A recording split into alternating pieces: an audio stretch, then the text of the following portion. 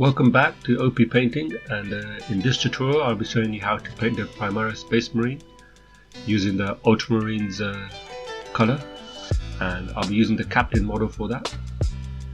First off, if you see the model, I've just given it an undercoat of Maghrad blue. I've given it a primer of grey, and then over that use the Maghrad blue, and then we'll move on to the next step, which will be the wash.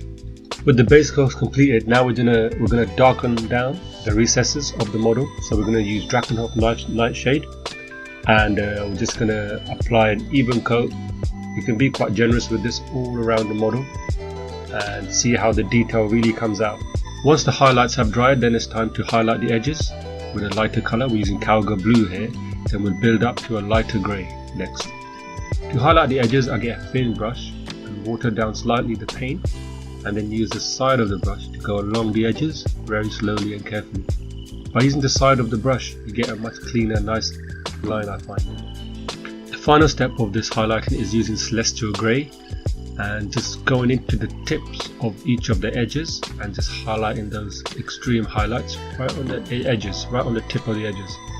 So it will bring out the model, the armor a bit more.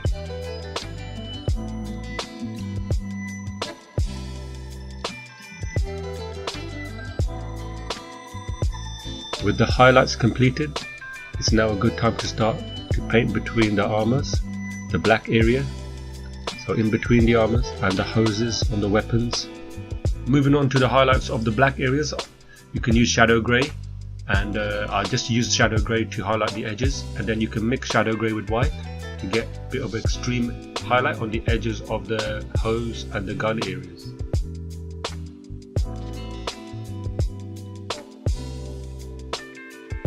Now we're going to use Lead Belcher for the silver parts, and we're going to go over the metallic chains on the near the lower of the torso, the hip area, and then we'll move on to painting the gold parts.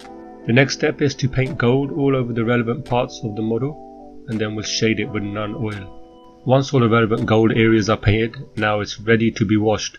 Here, using None Oil, just going generously over it, and you can see how it will bring out the gold and really make the colour more darker and richer. Moving on to highlighting the gold, I'm using Stormcast Silver, and we're just slowly going over the edges to highlight the gold areas carefully. I slightly water down the metallics, not too much, and I just carefully go over the detail with the side of the brush. It creates a nice thin line that you can control. Using bleach bone, I'll go over all the parchment areas, slightly thin down, and I'll give this a couple of coats with a right clean wash afterwards and highlight it again with bleach bone and white. Moving on to the cloak, this cloak I will be airbrushing, and I basically give it Mephiston red base coat, and then I follow it with a shade later on. Moving on to the wash, Carabao Crimson is what I'll be using to just create a bit more depth to the cloak and make the red come out. As you can see, when I apply it, it makes it look much more richer. After the base coat has been applied, then we'll add a highlight, which is Troll Slayer Orange. Now I'll work in the gradient up from the bottom of the cloak all the way up, so I'll just do very light moves with the airbrush to get it that nice gradient going up towards the cape. The inside of the cape was airbrushed with Zandri dust and then washed with Sarapan Sepia, and then I used the Zandri dust again when the wash was dry. Zandri dust and Palladium medium mixed together just to create a nice blend from the dark areas to the light for the cloak inside.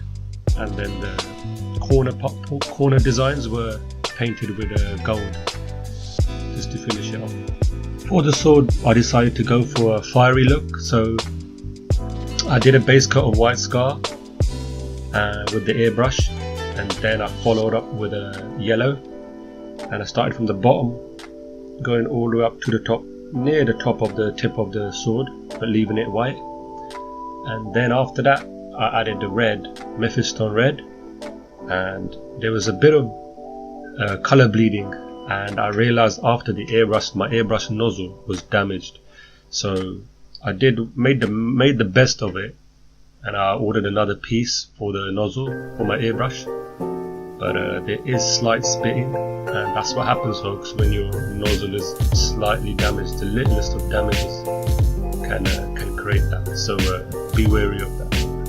Thank you for watching this tutorial. I hope you found it helpful. If you do like it, please like and subscribe, and my Patreon page also, if you could subscribe, that would be nice. It will keep this channel going. All the proceeds go towards this channel, and I thank you for your continuous support, and more tutorials to come. In the meantime, happy painting.